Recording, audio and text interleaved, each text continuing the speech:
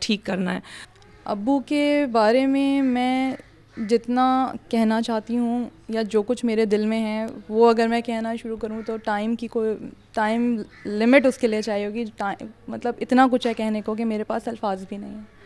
ہمارے ابو ایک complete institution تھے. ہمارے لیے ایک چلتا پھرتا انسٹیٹیوٹ تھے کہ ہم چلتے پھرتے ان سے بہت کچھ سیکھتے تھے. اتنا کچھ کہ اب وہ ہمارے درمیان نہیں ہیں. ابھی ایک دن گزرا ہے لیکن یہ کہ ایک دن میں بھی ہم اگر کوئی بھی کسی بھی پہلو پہ اگر سوچیں کوئی بھی کام کرتے ہیں تو یعنی اپنی پڑھائی, اپنے بچوں کی تربیت, میرا ایک بیٹا ہے اس کے بارے میں سوچتی ہوں, یا میں کوئی گھر کا کام کروں یا میں کوئی اور سوشل کوئی کام دیکھوں تو مجھے ہر چیز میں ان کی رہنمائی ابھی بھی نظر آتی ہے, کیونکہ وہ ہمیں ہر چیز پہ مشورہ دیا کرتے تھے. ہر چیز پہ, زندگی کے ہر پہلو میں ہم ان سے مشورہ کرتے تھے. ہر کام میں ہمیشہ, ہر امتحان میں, چھوٹے بڑے ہر امتحان میں یہی کہا کرتے تھے کہ جنگیں حوصلوں سے لڑی جاتی ہیں, ہتھیاروں سے نہیں لڑی جاتی. اور جب بھی ہم بہن بھائی کوئی امتحان کی تیاری کرتے تھے یا زندگی کے بھی کسی امتحان کے لیے ہم بیٹھے ہوتے تھے تو یہی ان کے اسی جملے سے ہمیں انسپریشن ملتی تھی اور یہی سوچ کے ہم آگے بڑھتے تھے. اور اسی سوچ کو لے کے آج ہم سب بہن بھائی اپنی جگہ اسٹیبلش ہوئے ہیں. ہم نے تعلیم اپنی مکمل کی ہے. ایک بھائی میرا دونوں بھائی انجینئر ہیں, 2 بہنیں فارماسسٹ ہیں, میری چھوٹی بہن, ایک بہن ڈاکٹر ہیں, ایک بہن اکانومسٹ ہیں.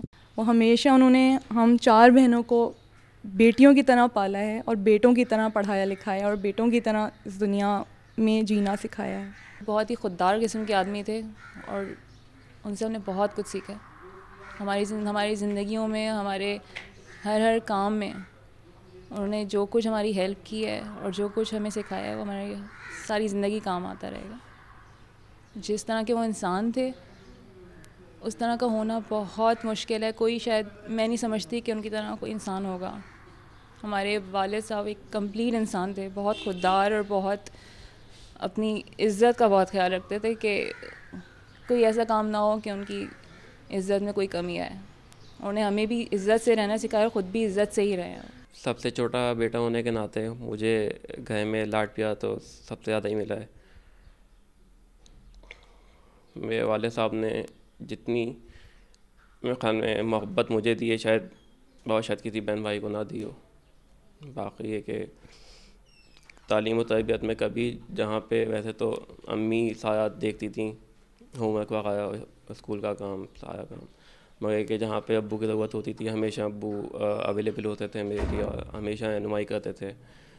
بچپن سے لے کے اب تک جو بھی میرے فیصلے ہوتے تھے اس کے اندر میں ہمیشہ ابو کی رہنمائی ضرور حاصل کرتا تھا. دوسرا یہ کہ ابو نے نہ صرف ہم لوگوں کو اچھا انسان ہونے کی تربیت دی ہے, باقی مختصراً یہ کہ باپ بہت اچھے تھے. باپ کے ساتھ مجھے کبھی ایسا محسوس نہیں ہوا کہ یہ صرف میرے باپ ہیں.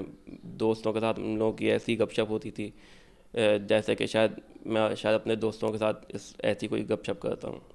مجھ سے زیادہ بڑھ کے جو ہے میں نے ابو کے ساتھ رشتہ جو تھا دوستانہ وہ گزارا ہے.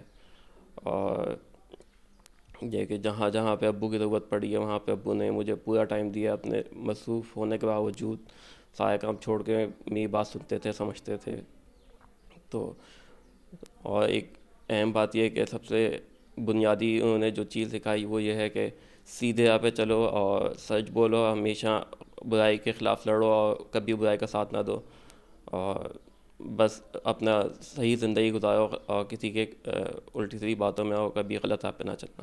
تعلیم و تربیت میں ابو نے کبھی مجھ سے یہ نہیں کہا کہ تم شاعر بنو یا کبھی شعر کہو, مگر یہ ضرور ہوتا تھا کہ مجھے کہیں بھی ابو کے ساتھ جب میں جاتا تھا مشاعروں میں یا کہیں بھی تو مجھے بڑا مزہ آتا, بڑا مجھے سکون ملتا تھا.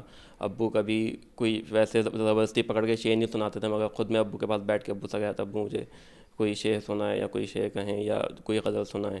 ابو مجھے پھر بیٹھ کے سناتے تھے. خود ابو نے کبھی انفورس نہیں کیا, مگر جتنے مطلب میرا ذوق تھا, میرا ذوق صرف سننے تک ہے, میں بول نہیں سکتا تھا, یہ بات ہے, گاڈ گفٹڈ چیز ہوتی ہے یہ. تو یہ ہے کہ ابو نے کبھی زور نہیں دیا کہ تم شاعر بنو.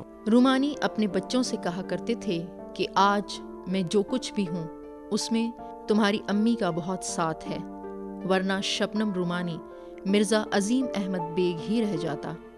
میرے ایک بہت محبت کرنے والے شوہر تھے، اور شوہر ہونے کے ساتھ ساتھ وہ ایک میرے بہت ہی اچھے دوست بھی تھے. میرے ساتھ بہت اچھا ان کا ٹائم گزرا ہے. ہمیشہ انہوں نے ہر چیز کا خیال رکھا. گھر پہ جو ادبی نشستیں ہوتی تھیں اس میں میں ان کے ساتھ مستقل ان کا بھرپور میں نے ساتھ دیا ہمیشہ.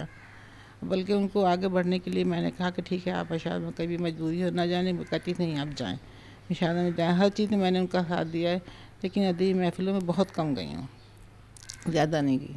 ظاہر میں بچوں میں مصروف ہوتی تھی تو وہ ہوتے تھے. مطلب بہت اچھے ظاہر شاعر تھے، بہت اچھا کہتے تھے. اس کے بعد کہتے تھے مجھے تم کہہ دیتی ہو ہاں تو مجھے صحیح لگتا ہے. پھر سن 2005 میں فرحانہ اختر نے جامعہ کراچی کے شعبہ اردو میں MA کے دوران شبنم رومانی کے فن پر ایک مقالہ تحریر کیا. بہت اچھے انسان تھے، بہت اچھے دوست تھے، اور سب سے بڑی بات یہ ہے کہ بڑے مستعد اور کارگزار انسان تھے. ان کی سب سے بڑی خوبی یہ تھی کہ وہ دن رات محنت کرتے تھے، اور انہوں نے اسی محنت اور دلسوزی اور اپنی شاعرانہ اہلیت اور لیاقت سے اپنے لیے آج کے دور میں ایک خاص مقام حاصل کر لیا تھا. جانے پہچانے جاتے تھے، دوستوں میں محبوب تھے، سننے والوں میں مرغوب تھے. میں سمجھتا ہوں کہ وہ ایک بہت اچھے نثر نگار تھے، اچھے شاعر تھے، اور جو کچھ کہتے تھے بہت سوچ سمجھ کر کہتے تھے. عصری آگہی سے پوری طرح شناسا تھے، حالات اور واقعات پر گہری نظر رکھتے تھے. ان کی علالت پھیپھڑوں میں انفیکشن کے سبب ہوئی. ان کا مجموعہ مثنوی سیر کراچی کا دوسرا ایڈیشن طباعت کے لیے تیاری کے آخری مراحل میں ہی تھا کہ اجل نے مہلت نہ دی. حرکت قلب بند ہونے کے سبب 17 فروری 2009 کو صبح تقریباً 10 بجے 81 سال کی عمر میں اس فانی دنیا سے رخصت ہو گئے. خداوند تعالی شبنم رومانی کی مغفرت کرے اور ان کو فردوس بری میں مقام عطا کرے. ان کا نام اور فن رہتی دنیا تک یاد رکھا جائے گا.